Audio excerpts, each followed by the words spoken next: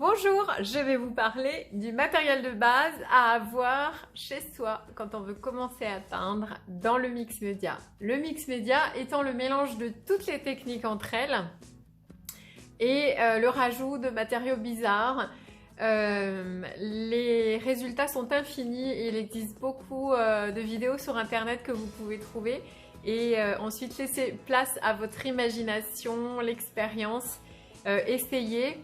Et si vous pouvez prendre des cours, c'est aussi bien parce que ça vous permet d'apprendre des recettes extraordinaires pour donner des effets de texture à sa toile sans que ça craque. Parce que il y a quand même beaucoup de chimie dans le mélange de toutes ces matières et énormément de recettes différentes. Alors, pour commencer, moi je vous conseille d'acheter, je vais vraiment vous dire le matériel de base, hein. Si maintenant vous voulez faire une commande sur un site La Fourmi ou le Géant des Beaux-Arts ou Créavenue, sur un site créatif pendant cette période de confinement, je vous conseille d'acheter, alors moi je vais vous parler de quelques marques de peinture que je trouve bien. La marque Amsterdam, je trouve qu'elle est très bien, et Liquitex, les basiques de Liquitex. Ces deux-là sont bien. Donc moi je vous conseillerais d'acheter un kit avec les 3 primaires, c'est-à-dire le bleu cyan, le jaune primaire et le rose de quinacridone, c'est-à-dire le magenta, rouge primaire. D'accord? Ça, c'est le truc de départ. Ensuite, vous prenez un bon blanc, c'est-à-dire pas un blanc que vous achetez à Action, un blanc qui couvre. Donc vous pouvez rester dans la marque Amsterdam ou Liquitex. Et pour le noir, on va faire une petite infidélité à nos marques Liquitex et Amsterdam. J'ai mon chouchou, c'est l'acrylique glossy de Lefranc-Bourgeois. C'est un noir qui couvre pas trop, mais pour les contours, il est liquide, il est ultra brillant. Il donne vachement de peps au tableau. Donc si vous devez acheter un noir, c'est le noir brillant de Liquitex. Pardon, Lefranc-Bourgeois. Lefranc-Bourgeois. D'accord? Ça, c'est le truc de base.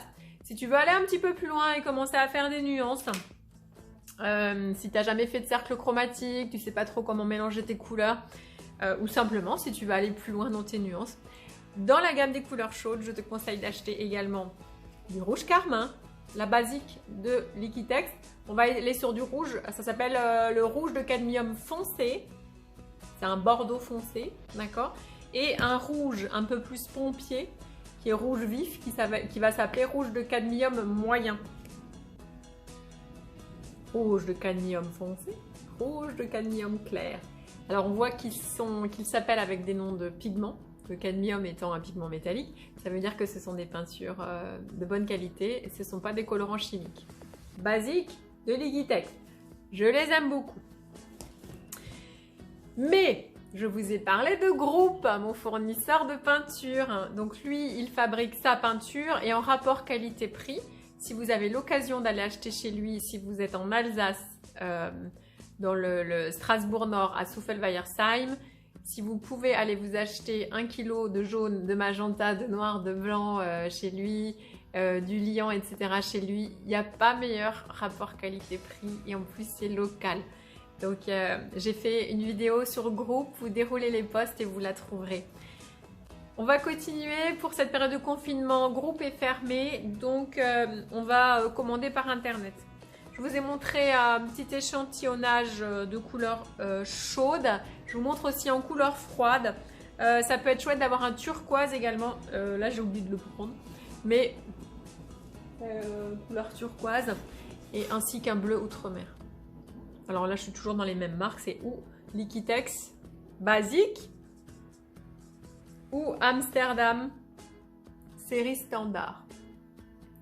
C'est de l'acrylique étude qui est de bonne qualité. D'accord? Ça, c'est le truc de base. Les 3 primaires, noir et blanc. Ok? Et si on veut un peu plus, rouge vif, rouge de cadmium clair ou rouge foncé. Ça peut être un lac de Garance ou un rouge de cadmium foncé. Bleu outre-mer, bleu roi, c'est la même chose, d'accord?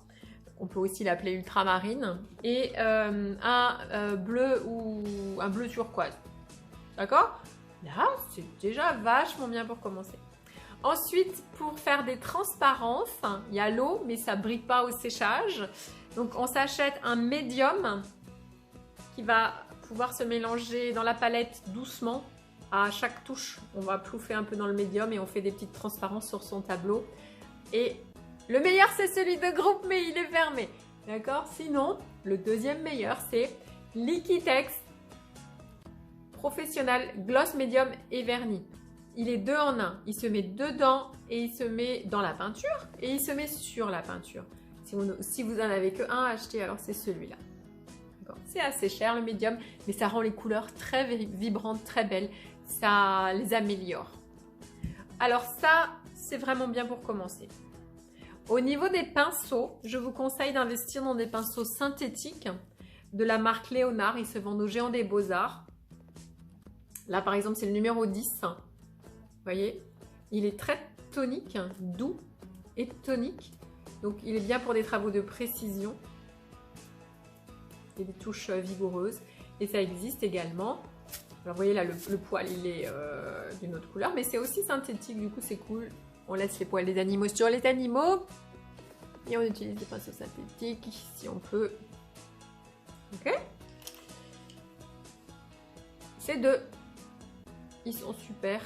Si vous n'avez que 2 pinceaux à avoir, c'est ça. Éventuellement un pinceau fin, mais ça, en fait, si tu le mets dans la petite largeur, c'est fin. Comme ça, c'est large. Ok? Numéro 10 de Léonard. Au niveau des outils, pour commencer, c'est chouette d'avoir des couteaux. Alors moi, j'irai sur un couteau assez grand, vous voyez, en forme de goutte, il n'est pas propre.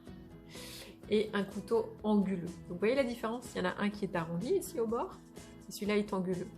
Moi, je serais vous, j'achèterais 2 sortes de couteaux comme ça. Et si vous n'avez pas de couteau, vous pouvez tout à fait utiliser une carte de réduction que tu coupes dans la longueur ou dans la largeur et que tu peux utiliser pour spalter ta peinture et faire des effets de matière, faire des empreintes, racler, déposer. Marche très bien aussi. D'accord? Ensuite, il existe des couteaux avec des dents pour travailler la texture et la matière. Et si tu n'as pas envie d'investir dans ce genre de choses qui est cher, tu prends une fourchette en plastique, ça marche aussi. Un couteau en plastique, ça marche aussi. Et selon la marque des couteaux en plastique, toujours recyclés, ça ne fait pas les mêmes effets. D'accord? Tu peux utiliser des peignes. Beaucoup de choses de la maison peuvent se substituer aux produits Beaux-Arts. On n'est pas obligé d'avoir un budget pharaonique. D'accord? Alors, il vous faut pour les techniques mixtes, ça c'est très important, ça fait partie des basiques, je l'ai déjà dit, de la colle blanche. Alors, la colle blanche, moi, marque chouchou, c'est Cléopâtre, la fameuse colle qui sent l'amande. Vinyle École, multi-usage, c'est un gros bidon, ça existe en plus petit, mais elle est sans solvant, à partir de 3 ans et plus. Et ça existe en petite quantité dans tous les magasins. Cléopâtre, d'accord? La Vinyle École, elle est très bien pour coller du sable, coller du carton, etc. Il existe des colles plus fortes chez Cléopâtre si tu veux investir sur des colles un peu plus costauds pour les cartons, des cailloux, vous voyez, des trucs un peu plus forts. Alors tu vas tabler sur une colle, la colle de Cléopâtre qui s'appelle, j'ai un trou de mémoire, Cléocolle. C'est une colle, l'étiquette est verte et elle est beaucoup plus forte. D'accord? Mais pour les enfants, c'est pas terrible parce que elle est forte. Alors, elle fait des gerçures aux doigts quand on a sur la peau. Elle dessèche la peau. Donc, c'est un usage pour grand, la Cléocolle. Sinon, Vinyle École Cléopâtre pour enfants et pour les grands. D'accord? Alors, il existe pour structurer la matière, pour faire des touches, des pattes. Ce genre d'outils, ce sont des petits shapers avec des formes, c'est mou. Tu peux utiliser ça, ça marche très bien. Et sinon, tu peux utiliser une baguette chinoise, des petites choses, des petits outils qui peuvent te servir à structurer la matière. Ça marche très bien aussi. Dans le kit de base, tu peux avoir du gesso également. c'est la sous-couche que tu mets. Par exemple, quand tu fais des techniques mixtes et que tu vas coller du carton, du filet de mandarine, des choses comme ça, et que tu veux le repeindre par-dessus, si tu as vraiment envie que ça couvre bien, avant de passer du jaune ou du rouge, tu mets une couche de ce gesso. C'est de l'acrylique avec de la craie un petit peu. C'est une sous-couche qui prépare ton carton, qui prépare ton bois. C'est avec ça que les toiles sont enduites déjà. Le gesso, une sous-couche pour faire du mix média. On va continuer avec les trucs de base. Alors, liant, pigment, tout ça, on n'en parle pas. Ça, c'est déjà quand tu vas aller un peu plus loin. Quand tu débutes, tu n'as pas besoin. Je te conseille d'acheter un tube de modeling paste. Donc, c'est des pots de texture. Il y a toutes les marques en fond. Ça s'appelle modeling paste. C'est... Oh, mais celui-là, il est dur. C'est de la pâte de texture, comme du ciment, qui va te servir à faire des effets de matière sur tes tableaux et que tu peux aussi mélanger à la peinture. Modeling paste light ou fort et ça existe dans différents tubes. Donc achète-toi au moins un pour voir ce que c'est la peinture matiérée. D'accord? Je te laisse choisir la marque. Ensuite, il vous faut une paire de ciseaux, un cutter, ça c'est toujours bien. Et on a beaucoup parlé dans les vidéos des Posca, ce fameux feutre peinture. Dans le réservoir, il y a de la peinture liquide qui sert à laisser des traits opaques, même sur une surface foncée. Ça écrit blanc, c'est top. Et moi, je vous dirais, achète au moins le blanc en taille PC5. C'est une pointe moyenne. Achète au moins le doré dans la même taille. PC5 M. D'accord. Ensuite, si tu veux t'acheter un kit avec 4 ou 5 couleurs, dans les techniques mixtes, c'est toujours fun pour faire le côté street art, gribouillis, faire un détail à l'œil. Voilà, donc tu peux t'acheter les couleurs que tu aimes bien, bleu, vert, jaune, rose. Et moi, je varie les tailles. Mais ma taille préférée, c'est celle-là, c'est le 5M. Et mon chouchou de chouchou, c'est Molotov Liquid Chrome. C'est un feutre peinture assez cher qui se recharge et qui est argenté comme de la feuille d'or. Je vais le redire. Qui est argenté comme de la feuille d'argent. Ça rehausse les yeux et les petits détails. Le côté ultra métallique brillant. C'est top. Ça n'existe pas en version dorée. En doré, je le prends chez Posca. Je pense que j'ai fait le tour. Évidemment, il vous faut des palettes. Moi, je réutilise des vieilles assiettes et tous les supports d'emballage industriel. Hop, ça passe à la peinture. Un vieux chiffon. Mes pots pour l'eau, c'est une vieille boîte de conserve dans laquelle il y avait des haricots. Et on a parlé aussi des peintures relief. C'est cool d'en avoir quand même un ou deux. Alors, tu peux acheter du Windows Color s'il n'est pas trop liquide en version contour. Sinon, c'est trop transparent. Et sinon, il y a plusieurs marques qui en font. Voilà, Viva, ça c'est une marque chouchou allemande.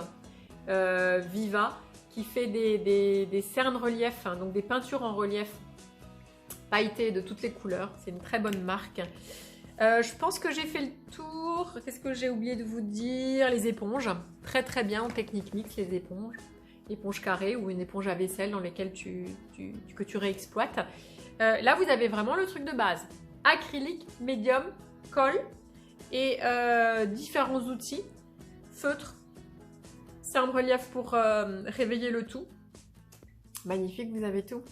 Pour débuter, si jamais, je vous ferai une liste sur Facebook aussi pour vous dire quoi acheter. J'espère que ça vous a plu les amis, à bientôt!